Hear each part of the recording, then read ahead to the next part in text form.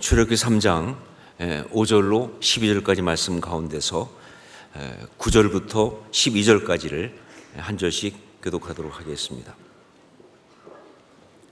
출애굽기 3장 9절로 12절 한 절씩 교독합니다. 제가 먼저 9절 말씀 봉독합니다.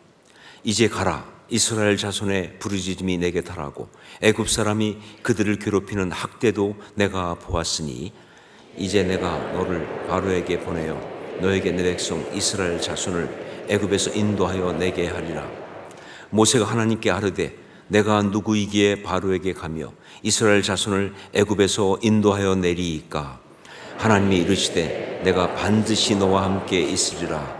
내가 그 백성을 애굽에서 인도해낸 후에 너희가 이 산에서 하나님을 섬기리니 이것이 내가 너를 보낸 증거니라. 아멘.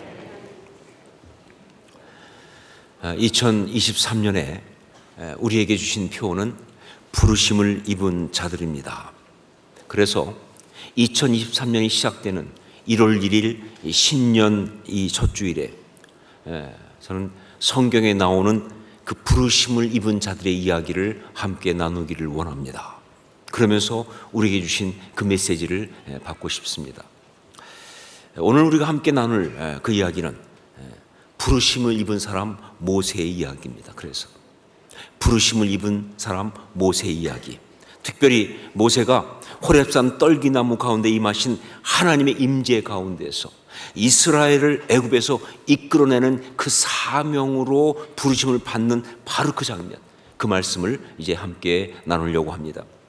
어떻게 보면 이 순간은요, 모세의 일생에서 가장 복되고 그리고 가장 중요한 역사가 일어나는 그런 순간이었다라고 말할 수 있어요. 가장 복되고 가장 중요한 역사가 일어난 순간이었다. 자, 그런데 여러분, 이 말씀을 보면서 우리가 볼 것이 뭐냐면 하나님은 그렇게 모세를 부르시면서 무엇이라고 말씀하셨느냐 하는 거죠. 하나님은 그때 모세를 부르시면서 무엇이라고 말씀하셨는가, 이게 중요합니다. 특별히 이 부르심을 입은 자들이라는 표어를 가지고 이 한 해를 시작하고 있는 우리에게는 이게 정말 중요합니다. 왜냐하면 이게 우리가 지금 들어야 될 메시지이기 때문에, 부르심을 입은 자들로 이 시간을 시작하면서 우리가 들어야 될 메시지이기 때문에 이게 정말 중요하다. 우리 9절로 10절 말씀 함께 같이 읽도록 하겠습니다. 함께 읽습니다. 이제 가라, 이스라엘 자손의 부르짖음이 내게 달하고 애굽 사람이 그들을 괴롭히는 학대도 내가 보았으니 이제 내가 너를 바로에게 보내어 너에게 내 백성 이스라엘 자손을 애굽에서 인도하여 내게 하리라. 어떤 말씀이냐면 바로 이제 가라라는 말씀입니다. 이제 가라. 흑인 연가 가운데 유명한 가라 모세라는 그 찬양의 모티브가 되기도 한 바로 이 말씀, 이것이 바로 부르심을 입은 자들에게 하나님이 주시는 말씀이에요. 이제 가라. 자, 그런데 말씀을 읽다 보면요, 느끼겠지만 이거 조금 우격다짐 같습니다.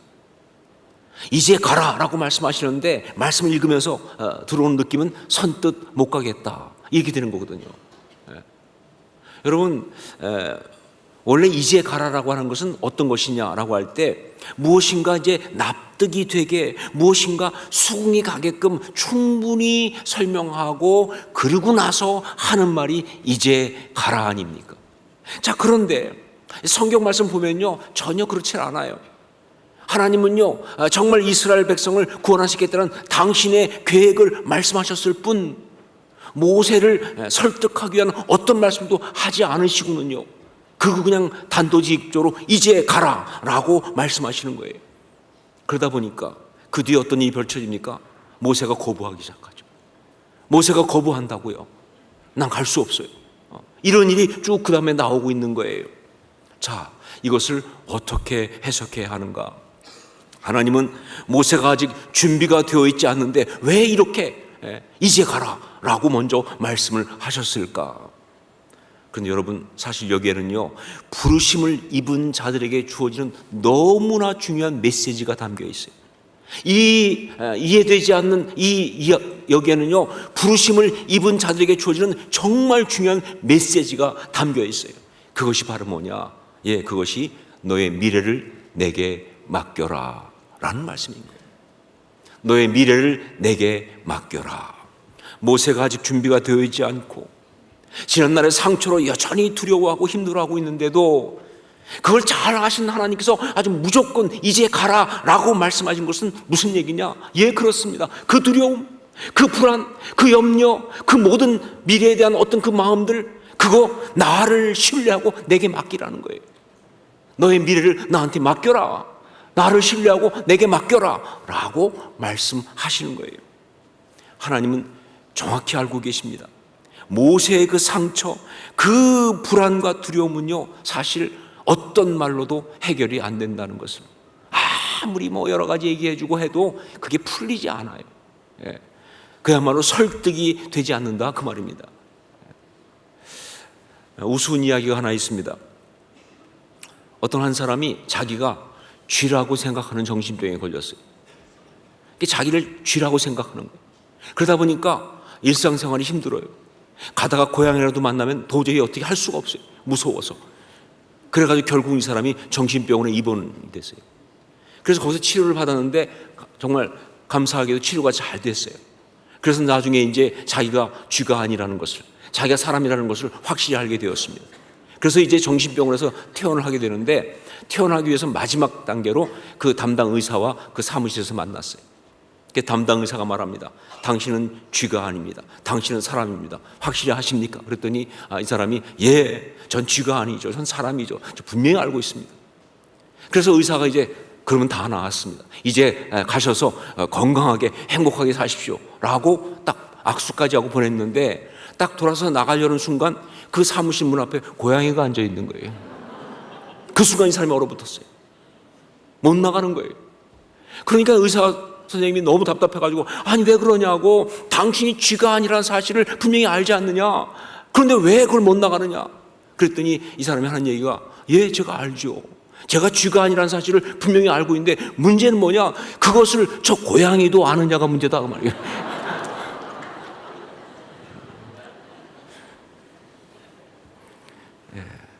정말 사람의 마음속에는 두려움, 지난날의 실패에서 오는 상처, 그 트라우마에서 오는 여러 가지 내적인 자신 없음, 불안과 염려, 열등감, 죄책감 등은요, 예, 쉽게 사라지지 않습니다. 몇 마디 말로 설득한다고 되는 게 아니에요. 아니, 해결할 수 없어요. 그래서 하나님은요, 모세를 설득하지 않고 그냥 먼저 말씀하시는 거예요. 이제 가라라고. 이게 무슨 말이냐? 무조건 나를 믿고, 내 마음은 아니지만, 내 마음은 정말 힘들지 모르겠지만 나를 믿고 내 미래를 나에게 맡기고 그리고 나아가라, 그렇게 말씀하시는 거예요. 왜냐하면 그게 신앙이니까. 그리고 신앙만이 그 두려움을, 신앙만이 그 불안과 염려를, 신앙만이 그 미래의 어떤 모든 것들을 다 이길 수가 있으니까, 감당할 수 있으니까 말이죠. 그래서 그렇게 말씀하신 거예요. 여러분, 그래서 미래를 주님께 맡기는 이것은요, 부르심을 입은 자들이 반드시 순종해야 될 첫 번째가 되는 것이다. 내가 부르심을 입은 자들이라고 한다면요, 나의 미래를 주님께 맡기는 이것은요, 그 첫 번째 가장 중요한 순종이다 하는 겁니다. 지난주에 벌써 작년입니다. 그러니까 김옥종 목사님 부부가 저한테 인사를 왔습니다. 이제 완전히 서울로 이사를 하면서, 그러면서 이제 저한테 인사를 오신 거예요. 그래서 그 목사님 부부와 함께 이야기하면서 제가 이런 얘기를 했어요. 목사님이 군선교회 헌신하시겠다고 그렇게 말씀하실 때 너무 감사하고 너무 귀했지만, 사실 마음속에 한 가지 좀 제 마음에 부담스럽고 불안했던 게 뭐냐면, 이게 보장이 안 된다는 것 때문에, 미래가 보장이 안 된다. 결국은 그 군선교 쪽에서 보니까 이제 해병대 김포교회 가셨지만 지금 보이는 건 뭐냐면요, 2년 하시고 그리고 한 번 더 할 수 있어요. 그러면 4년만 보이는 거예요. 그 뒤에는 어떻게 될지 아무도 몰라요. 뭐 거기서 계속 사역을 하실 수 있을지, 아니면 다른 어떤 해병대 교회를 향해서 가셔야 하는지, 아니면 사역을 그만두셔야 되는지, 또 거기에 보면 그런 것들이 주로 뭐예요? 또 사단장이 누구냐에 또 달라있잖아요. 이게 참 여러 가지로 불확실한 거예요. 불안한 거예요. 그게 저한테 정말, 더구나 아주 젊은 목회자인데 이제 그렇게 군선교를 향해 나갔다가 정말 나중에 사역에 어떤 문제가 생겨서 그렇게 되면 어떡하지 하는 그 어떤 불안한 마음이, 이게 정말 저한테 컸어요. 자, 그런데 그런 마음 가지고 제가 기도하는데 그때 마음에 딱 들어온 생각이 어차피 미래는 하나님께 맡겨야 한다. 그리고 생각해 보니까 그렇죠. 모든 선교사들은요, 미래는 하나님께 맡기는 거예요. 어느 선교사가 개런티가 있습니까? 어느 선교사가 보장이 있습니까? 그냥 하나님께 미래를 맡기는 거죠. 근데 그러고 보니까 선교사만 그런 게 아니라 사역자들 다 마찬가지예요. 모든 사역자는 미래는 하나님께 맡기는 거예요. 어떤 조직이 그 미래를 개런티해 줍니까? 하나님이 책임지시는 거죠. 그런데 사역자뿐입니까? 사실 신앙인 모두가 다 마찬가지죠. 우리의 미래 하나님께 맡겨야죠. 어떤 보장이 있습니까? 어떤 일이 벌어질 줄 알고 어떻게 될지 알고 아무도 보장 못해요. 결국은 우리의 신앙, 우리의 미래의 신앙인의 미래 다 하나님께 맡길 수밖에 없다. 그렇게 막 얘기하는데 울컥하더라고요. 저도 울컥하고 또 김목종 목사님 부부도 울컥하면서 그렇게 은혜를 나눴던 그런 일이 있었습니다. 여러분, 그렇습니다. 부르심을 입은 자들로 살아가면서 가장 먼저 통과해야 될 것은 뭐냐? 미래를 하나님께 맡기는 것. 미래를 하나님께 맡기는 것.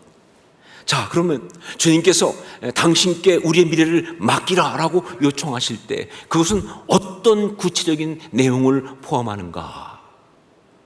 물론 다 다르죠. 주님께서 우리한테 미래를 맡기라 그럴 때 사람마다 다 내용들이 다를 수 있어요. 하지만 거기에 공통적인 요소가 두 가지가 있어요. 그래서 모세 이야기는 우리의 이야기가 되는 겁니다. 그래서 정말 부르심을 입고 미래를 주님께 맡기는 모든 사람들의 이야기는 우리와 함께 나눌 수가 있는 거예요. 첫 번째가 뭐냐? 자기를 포기하십시오라는 겁니다. 너희 미래를 내게 맡겨라. 첫 번째 뭐냐? 자기를 포기하라 하는 것이죠. 우리 5절 말씀을 함께 읽겠습니다. 5절 같이 읽습니다. 하나님이 이르시되 이리로 가까이 오지 말라.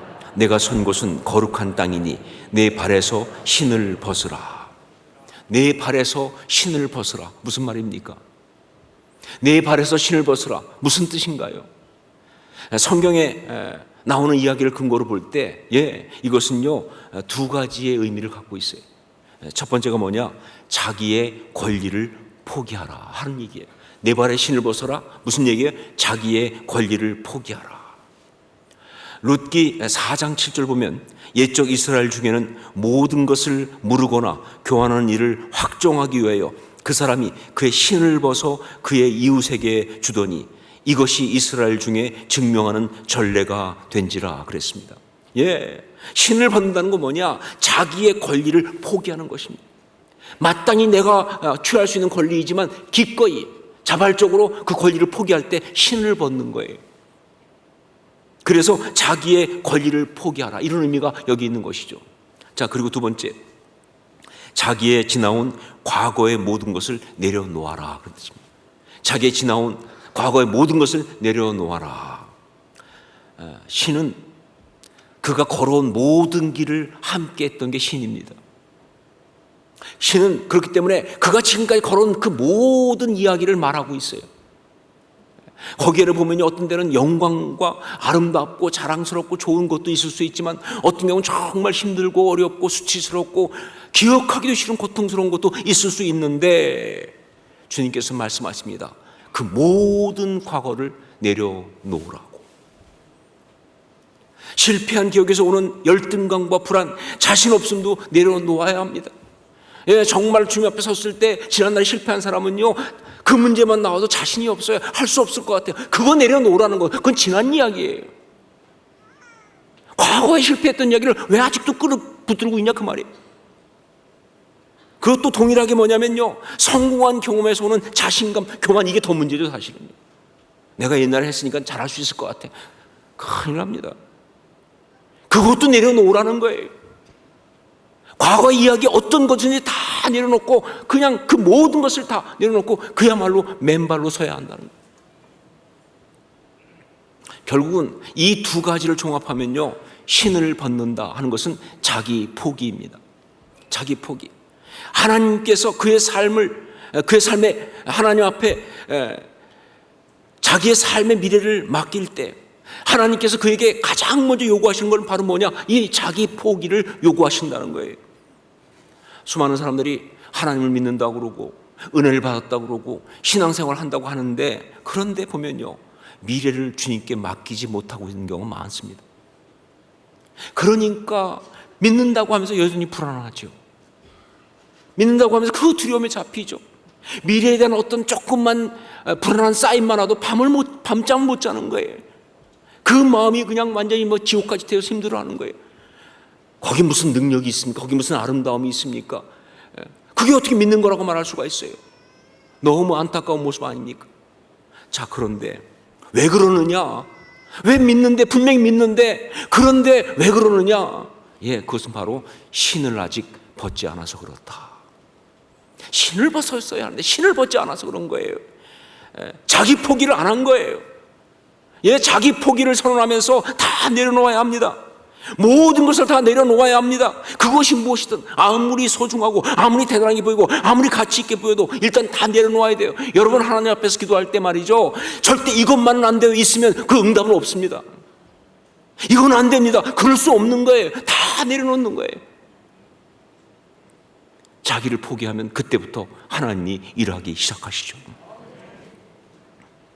그래서 미래를 내게 맡기라고 하시면서 하나님이 가장 먼저 요구하시는 건 뭐냐?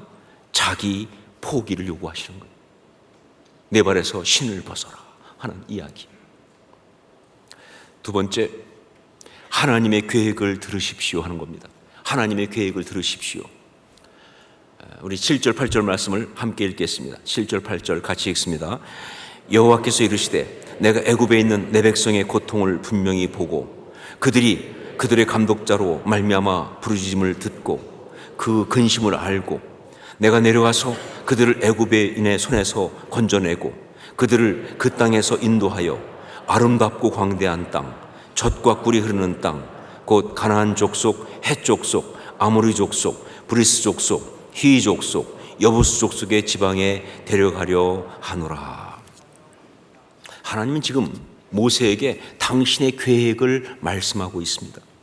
그러므로 하나님께 우리의 미래를 맡겨드린다고 하는 것은요, 먼저 자기 계획을 내려놓고 그리고 이어서 하나님의 계획을 듣는 것으로 가야 한다는 거죠. 첫 번째는 자기 계획을 내놓는 자기 포기죠. 그 다음에 뭐냐? 하나님의 계획을 듣는 것으로 가야 한다 하는 거예요. 여러분, 우리가 하나님의 사람, 특히 하나님의 부르심을 입은 사람이라고 한다면, 그래서 우리의 미래를 하나님께 맡겨드리는 그런 삶을 살기 원한다고 한다면요, 정말 여기서 또 하나 중요한 게 뭐냐? 하나님께 계획이 있으심을 믿음으로 인정하는 것. 하나님께 계획이 있으심을 믿음으로 인정하는 것, 그리고 그 계획을 듣는 것, 바로 이겁니다. 그래요, 나의 삶의 모든 것에는 하나님의 계획이 있습니다. 어쩌다 그렇게 되는 거 아니에요. 뭐가 잘못돼서 이렇게 되는 거 아니에요. 돌발 살 데 없어요, 여러분. 만약에 내 삶에 어떤 것들이 돌발적이고 정말 어쩌다 되는 것이고 그런 것이라고 한다면요, 어떻게 우리가 미래를 살 수 있습니까? 불안해서. 무슨 일이 터질 줄 알고 어떻게 우리가 우리의 미래를 하나님께 맡길 수가 있냐, 그 말이에요. 근데 여러분, 아니에요. 우리 하나님께는 계획이 있으십니다. 이걸 굳게 믿는 것이 믿음의 중요한 첫걸음이에요. 정말 우리 신앙의 선배들이 했던 그 많은 믿음의 고백들 가운데 하나인, 제가 지금도 가장 사랑하는 고백 중에 하나인, 바로 그 고백, 다 뜻이 있으시겠지요 라는 그 고백이 바로 이 얘기죠. 다 뜻이 있으시겠지요. 이해는 안 돼요. 정말 이해할 수 없어요. 솔직히 받아들일 수도 없어요. 힘들어요. 하지만 그 가운데도 정말 놓지 않고 붙잡고 있는 게 뭡니까? 그래도 나는 믿습니다. 하나님의 계획이 있으심을 믿습니다. 다 뜻이 있으시겠죠. 이게 기가 막힌 신앙의 이야기예요. 자, 그런데 참 신앙은요, 거기까지만 가면 되는 게 아니에요. 하나님의 계획이 있으시다 하는 걸 인정하는 것에서 끝나지 않고 바로 그 계획을 들어야 합니다. 그 하나님의 계획을 들을 수 있어야 돼요. 이게 진짜 참 신앙이에요. 물론 하나님의 계획을 듣는다는 거 쉽지 않습니다. 그래서 참 많은 사람들이 신앙적인 갈등을 표현할 때 쓰는 표현이 뭡니까? 무슨 뜻인지 모르겠다. 하나님의 계획이 뭔지 모르겠다. 하나님 왜 이러신다 정말 모르겠다. 그렇게 말하지 않습니까? 근데 여러분 아실 것이 뭐예요? 이건 뭐예요? 신앙의 갈등이지 신앙의 결론이 아니죠. 예, 그렇게 갈등할 수 있어요. 하지만 신앙은 끝까지 가야 하는 것이 신앙 아닙니까? 그렇게 갈등하면서 그러면서 끝까지 가는 거예요. 그래서 결국은 하나님의 계획을 들어야 돼요. 전 분명히 말하지만 우리가 열심히 하나님의 계획을 들으려고 하면 하나님은 반드시 우리에게 당신의 계획을 말씀하실 줄로 믿습니다. 예, 여기 오늘 말씀 보세요. 하나님이 모세에게 말씀하시잖아요. 그의 뜻대로 부르심을 입은 자들에게 하나님은 당신의 계획을 분명히 말씀해 주세요. 이걸 우리가 들을 수 있는 거예요. 그리고 들었으면 그 다음 중요한 게 뭡니까? 순종해야죠. 내 계획 내려놨습니다. 하나님의 계획 들었습니다. 그러면 그 계획에 기꺼이 순종하는 것, 이것이 바로 우리의 미래를 주님께 맡기는 것이다 하는 거죠. 2023년 신년 첫 주일 오늘입니다. 이제 우리 앞에 365일이 펼쳐져 있습니다. 여러분, 하나님의 부르심을 입은 자들로서 이 365일을 우리는 주님께 맡겨드려야 합니다. 우리 힘으로 살지 말고, 우리 계획으로 살지 말고, 이 시간을 그대로 주님 앞에 온전히 맡겨드릴 수 있기를 주님으로 축원합니다. 내 생각, 내 계획, 내 한계 다 내려놓고 주님께 정말 내 이 삶에 대한 계획이 있으심을 분명히 믿으면서 그 계획을 듣고 그리고 거기에 기꺼이 순종하는 아름다운 삶을 힘있게 살아갈 수 있기를 주님으로 축원합니다. 너의 미래를 내게 맡겨라. 이것이 바로 2023년 신년 첫 주일에 우리에게 주신 말씀입니다. 이 말씀을 받고 이제 여러분이 대답하실 차례입니다.